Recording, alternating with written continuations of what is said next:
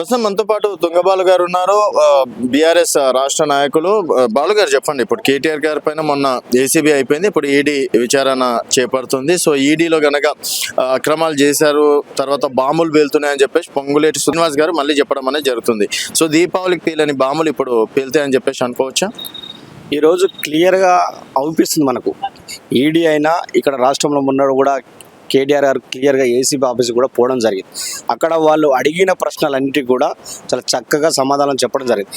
ఎక్కడ కూడా ₹1 కూడా అవినీతి జరగలేదని చాలా క్లియర్గా పదే మా పార్టీ వర్కింగ్ ప్రెసిడెంట్ కేటీఆర్ గారు చాలా క్లియర్గా చెప్పడం జరిగింది. ఈరోజు కావాల్సి ఈడీ కూడా ఇలా దేశవ్యాప్తంగా ఈడీ కేసులు దాదాపు 7,000కు పైగా నమోదైనాయి. ఇప్పటి వరకు కూడా ఎవరిని కూడా అరెస్ట్ చేసింది సందర్భం లేదు.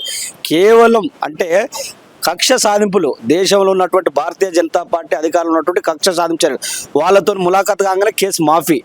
ఇట్లా ఇక్కడ కూడా ఏంటంటే ఇవాళ కక్ష సాధింపులు అంటే డైవర్ట్ పాలిటిక్స్. ఇక్కడ రేవంత్ రెడ్డి గారు కూడా క్లియర్గా వాళ్ళు ఇచ్చినటువంటి ఏవైతే హామీలు ఉంటాయో 420 హామీలు కావచ్చు, 6 గ్యారెంటీలు కావచ్చు, వాటి గురించి ప్రశ్నిస్తే, వాటి గురించి అడిగితే, నువ్వు ఇచ్చినటువంటి హామీలు నెరవేర్చాలని అడిగితే ఇలా మా పార్టీ వర్కింగ్ ప్రెసిడెంట్ కేటీఆర్ గారిని ఇబ్బంది పెట్టే ప్రయత్నం చేస్తారు. అనేక మంది మా పార్టీ నాయకులను అరెస్ట్ చేసే ప్రయత్నం చేస్తారు. అనేక మందిపై కేసులు పెట్టడం సార్. ఇట్లా ఎన్ని రోజులు నడిపిస్తావు నువ్వు ఈ రాజ్యాన్ని? ఇలా రాజ్య అధికారం ఇస్తే నీకు అలా ఒక రేవంత్ రెడ్డి రాజ్యాంగం నడిచినట్టు ఇలా తెలంగాణ రాష్ట్రంలో ఇలా నువ్వు ఏం జరుగుతుంది? ఇలా అడిగినందుకు, అడిగితే నేను ప్రశ్నిస్తే కేసులు, ప్రశ్నిస్తే అరెస్టులు. ఇది ఇలా రైతుల కోసం రైతు భరోసా కావాలని చెప్పి రైతులు ఇలా పూర్తిగా రైతులంతా కూడా నాట్లు వేసుకున్నటువంటి పరిస్థితి. కనీసం రైతు భరోసా నువ్వు పథకాన్ని మార్చుకున్నావు, రైతు బంధును రైతు భరోసా అనే పథకాన్ని పెట్టుకున్నావు. ఆ రైతు భరోసా ద్వారా సంవత్సరానికి కేసీఆర్ గారు ఇచ్చిన దానికంటే ఎక్కువ ఇస్తా 15,000 అని చెప్పి నువ్వు ప్రకటించవు. ఇప్పటి వరకు ₹1 కూడా ఇవ్వలేని పరిస్థితి రైతులు. నువ్వు ఎటువంటి నువ్వు ఇప్పటి వరకు అంటే నువ్వు నాట్లు వేసుకునేటప్పుడు పెట్టుబడి సాయంగా రైతులకు ఇస్తే, నువ్వు పెట్టుబడి లేని వాళ్ళు పెట్టుబడి సాయంగా విత్తనాలకు కావచ్చు, పెట్టుబడికి దున్నుకానికి కావచ్చు తీసుకుంటారు. ఇలా నేను ఇస్తా అని చెప్పి చాలా ప్రకటనలు చేసి ఇప్పటి వరకు పేపర్ మీద ప్రకటనలకే మీడియా ముందు మాట్లాడడం తప్ప ఇలా ఏ స్కీమ్ కూడా ఇంప్లిమెంట్ చేసింది లేదు రేవంత్ రెడ్డి గారు. కాబట్టి ప్రజలకు చాలా క్లియర్గా అవుతుంది, ఖచ్చితంగా రేవంత్ రెడ్డిని భర్తం. ఎందుకంటే నువ్వు ఇచ్చిన హామీలను ఖచ్చితంగా నెరవేర్చేంత వరకు కూడా నువ్వు 6 గ్యారెంటీలు ఏది ఇచ్చినావు, 420 హామీలు అమలు చేయాలి. నువ్వు ప్రజలకు అనేక ఎలక్షన్ల ముందు అనేక హామీలు ఇచ్చినావు, నీ మేనిఫెస్టో ప్రకారం అనేక హామీలు ఇచ్చినావు.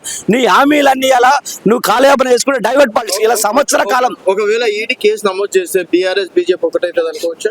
బీఆర్ఎస్ కు బీజేపీకి ఎందుకు ఒకటైతుందండి? కొట్లాడతాం బాజాప్తా లీగల్ సెల్ ఉంది, మా మీద ₹1 కూడా అవినీతి జరగలేదు, కొట్లాడతాం, ఫైట్ చేస్తాం. మేము ఒకటిగా మా బీఆర్ఎస్ పార్టీ మా స్టాండ్ మాకుంటుంది. మేము ఎవరితో కలవాల్సిన అవసరం లేదు. తెలంగాణ రాష్ట్రం కోసం ఆనాడు మా నాయకుడు కేసీఆర్ గారి నాయకత్వంలో దాదాపు 14 సంవత్సరాలు పోరాటం చేసి అనేక కేసులు, అనేక సార్లు జైలు పోయి తెలంగాణ రాష్ట్రాన్ని సాధించుకున్న తెలంగాణలో 10 సంవత్సరాలు ఈ రాష్ట్రాన్ని, ఈ దేశంలో ఏ విధంగా తీర్చిదిద్దిన ఘనత మనం చూస్తున్నాం. ఇవాళ ఈ కార్ రేస్ సంబంధించినటువంటి ఇష్యూ ఇవాళ దేశంలో కానీ ప్రపంచంలో హైదరాబాద్ను ఒక ప్రత్యేక స్థానంగా నిలబడడానికి కేటీఆర్ గారు చాలా అహర్నిశలు కష్టపడి కృషి చేసి హైదరాబాద్ స్థానాన్ని ఏ విధంగా మీరు తీర్చిదిద్దడం చూడండి. ఇలా అటువంటి పరిస్థితుల్లో మీరు అక్రమంగా మొదటి నుంచి కూడా సంవత్సర కాలం అయిపోతుంది, ఇప్పటి వరకు కూడా ఏది కూడా హామీ నెరవేర్చకుండా మీ ప్రభుత్వం వచ్చినప్పటి నుంచి ఒక సందర్భంలో హైడ్రా, ఒక సందర్భంలో మూసి, ఒక సందర్భంలో లగచర్లేష్, ఒక సందర్భంలో ఫోన్ ట్యాపింగ్, ఇట్లా కాలయాపన చేసుకుంటా గత నెల రోజులకెళ్ళి ఇలా కేటీఆర్ గారి పైన అక్రమ కేసు పెట్టి కావాల్సి ప్రజలను ఇలా రైతులను మభ్యపెట్టే ప్రయత్నం ఈ రేవంత్ రెడ్డి సర్కార్ చేస్తుంది. ఇది నీకు తగదు. ఖచ్చితంగా ప్రజలంతా కూడా నీకు బుద్ధి చెప్తారు. నువ్వు ఇచ్చిన హామీలు నెరవేర్చేంత వరకు కూడా నీ భర్తం బిడ్డ. ఎందుకంటే నువ్వు అనేక హామీలు ఇచ్చావు, నువ్వు హామీలు నెరవేర్చుకోలేదు. దమ్ము లేని అయితే రాజీనామా చేసి వెళ్ళిపో. నీకు దమ్ముంటే నువ్వు ఇచ్చినటువంటి హామీలు నెరవేర్చు. నువ్వు ప్రజలను నువ్వు 2 లక్షల రుణమాఫీ అని చెప్పి ప్రజలను రెచ్చగొట్టి రైతులంతా కూడా రుణమాఫీ చేస్తాని బ్యాంకులలో పోయి 2 లక్షలు వేసుకుంటే ఎక్కడ కూడా ఎంత ఏళ్ల మీద లెక్క పెట్టినట్టు, ఒక ఊర్లో ఏళ్ల మీద లెక్క పెట్టినట్టు రుణమాఫీ చేసినాం. ఇది అన్ని మోసం. అంటే ప్రజలను మభ్య పెట్టాలి, ఏమైనా ఇస్తాయి ప్రజలకు ఏదైనా చేస్తా అని చెప్పి ఏమి చేయకుండా చేత కాకుండా ఇలా ప్రతిపక్షంలో ఉన్నటువంటి బీఆర్ఎస్ పార్టీ ఎమ్మెల్యేల పైన, మాజీ మంత్రుల పైన, బీఆర్ఎస్ లీడర్ల పైన అనేక అక్రమ కేసులు పెట్టి ఇలా కాలయాపన చేస్తున్నావు తప్ప ఈ ప్రజలకు చేసింది ఏమీ లేదు. కేవలం హామీలు తప్పించుకోవడానికి 100% డ్రామా, పెద్ద డ్రామా నడుస్తుంది. ఇలా తెలంగాణ నడుస్తుంది, డ్రామా నడుస్తుంది. ఒక పక్క పోలీసులు వందలాది మంది, వేలాది మంది పోలీసులను పెట్టుకుని ఒక డ్రామా ఎక్కడ చూసినా ఏసీబీ ఆఫీస్ పోయినప్పుడు చాలా క్లియర్గా చెప్పాడు మా నాయకుడు, ఎక్కడ కూడా రూపాయి అవినీతి జరగలేదు. ఎట్టి పరిస్థితుల్లో మీరు ఏమి క్వశ్చన్లు అడిగినా మీకు పూర్తిగా సహకరిస్తాము. ఎందుకంటే వందల వేల మంది పోలీసులు ఒక హైడ్రామా చూస్తే హైడ్రామా సృష్టిస్తుంది ఈ రాష్ట్రంలో. డ్రామా కంపెనీ నడుస్తుంది ఇవాళ రేవంత్ రెడ్డి ప్రభుత్వం, ఒక డ్రామా కంపెనీ. ఆ డ్రామా ఆర్టిస్టులుగా వాళ్ళ మంత్రివర్గము, ఈ డ్రామా కంపెనీది ఎక్కడ పోతుంది ఈ వ్యవస్థ? ఇలా అడిగితే ప్రశ్నిస్తే కేసులు, ప్రశ్నిస్తే అరెస్టులు. మాకు ఇక్కడ అరెస్ట్ చేసినా కూడా మేము లీగల్ గా, మా లాయర్లు ఉన్నారు, అడ్వకేట్లు పూర్తిగా ఉన్నారు, మాకు చట్టాల మీద నమ్మకం ఉంది, గౌరవం ఉంది. ఖచ్చితంగా ఫైట్ చేస్తాం. మా నాయకుడిని, మా పార్టీని, మా నాయకులను ఏ విధంగా కాపాడుకోవాలి మా అధిష్టానం అంతా కూడా ఆలోచిస్తుంది.